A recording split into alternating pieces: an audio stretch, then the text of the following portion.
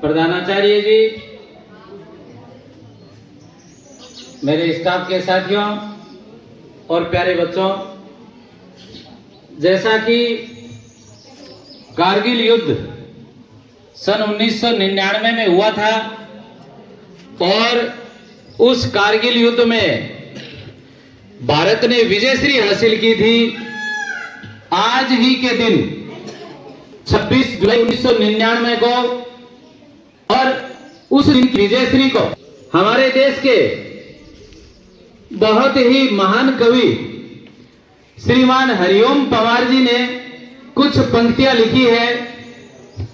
कल मुझे निर्देश हुआ और साहब ने भी कह दिया कि वो पंक्तियां मैं आपके सामने रखूं।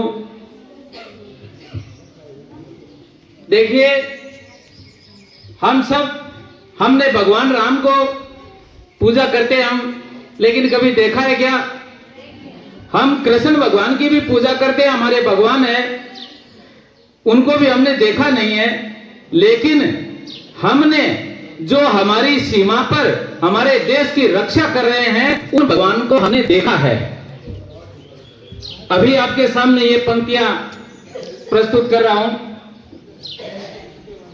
मैं केशव का पांचजन्य भी गहन मौन में खोया हूं। मैं केशव का पांचजन्य भी गहन मौन में खोया हूं। उन बेटों की याद कहानी लिखते लिखते रोया हूं। उन बेटों की याद कहानी लिखते लिखते रोया हूं। जिस माथे की कुमकुम बिंदी वापस लौट नहीं पाई, चुटकी नथ पाजे बले गई कुर्बानी की अमराई। कुछ बहनों की राखी जल गई है बर्फीली घाटी में। वेदी के गठबंधन मिल गए हैं करगिल की माटी में। पर्वत पर कितने सिंदूरी सपने दफन हुए होंगे। 20 बसंतों के जज्बाती बेटे हवन हुए होंगे। टूटी चूड़ी दूल्हा महावर रूठा कंगन हाथों का। कोई मोल नहीं देता बासंती जज्बातों का। कोई मोल नहीं देता बासंती जज्बातों का। देखिए आगे फिर कवि क्या कहे। जो पहले पहले चुंबन के बाद लाम पर चले गए, नई दुल्हन की सेज छोड़कर युद्ध काम पे चला गया। उनकी भी मीठी नींदों की करवट याद रही होगी। खुशबू में डूबी यादों की सलवट याद रही होगी। खुशबू में डूबी बीटों की सलवट याद रही होगी। उन आंखों की दो बूंदों से सातों सागर हारे हैं। उन आंखों की दो बूंदों से सातों सागर हारे हैं। जब मेहंदी वाले हाथों ने मंगल सूत्र उतारे हैं। जब मेहंदी वाले हाथों ने मंगल सूत्र उतारे हैं। गीली मेहंदी रोई होगी छुपके घर के कोने में। ताजा काजल छूटा होगा चुपके चुपके रोने में। जब बेटे की अर्थी आई होगी सुने आंगन में। शायद दूध उतर आया हो बूढ़ी माँ के दामन में। शायद दूध उतर आया हो बूढ़ी माँ के दामन में। देखिए, राजस्थान के भरतपुर में एक है अजम राजस्थान, और वहां के वीरेंद्र सिंह एक शहीद हुए थे।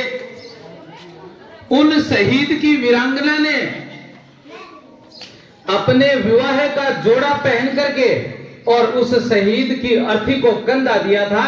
ये दुनिया की सबसे पहली घटना थी और कंधा देकर के वो शमशान तक लेकर के गई थी। जब बेटे की अर्थी आई होगी सुने आंगन में। शायद दूध उतर आया हो बूढ़ी माँ के दामन में। शायद दूध उतर आया हो बूढ़ी माँ के दामन में।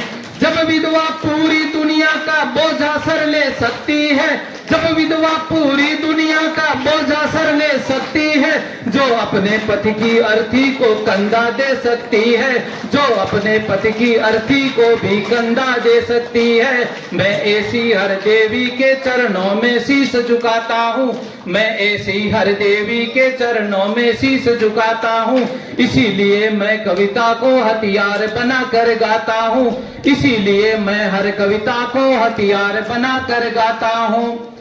किस प्रकार से सैनिक जो हैं वो सीमा पर पहरा दे करके और विभिन्न प्रकार के कष्ट झेल करके हमारे देश की रक्षा कर रहे हैं।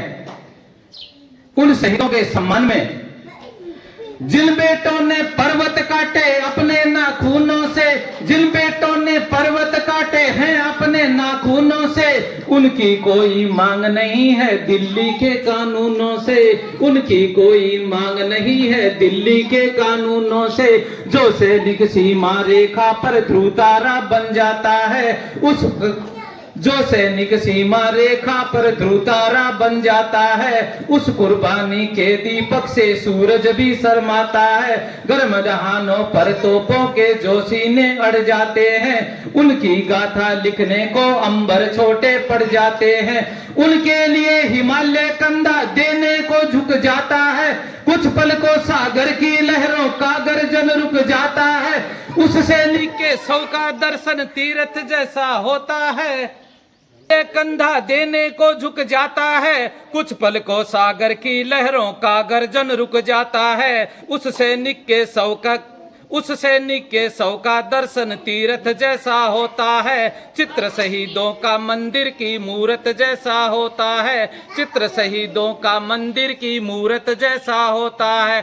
क्या ये देश उन्हीं का है जो सीमा पर मर जाते हैं, क्या ये देश उन्हीं का है जो सीमा पर मर जाते हैं, अपना लहू बहाकर टीका सरहद पे कर जाते हैं, अपना लहू बहाकर करते हैं। कोई वतन के खातिर सबको लड़ना पड़ता है, संग की घड़ियों में सबको सैनिक बनना पड़ता है। जो भी कौम वतन के खातिर मरने को तैयार नहीं, जो भी कौम वतन के खातिर मरने को तैयार नहीं, उसकी संतति को आजादी जीने का अधिकार नहीं।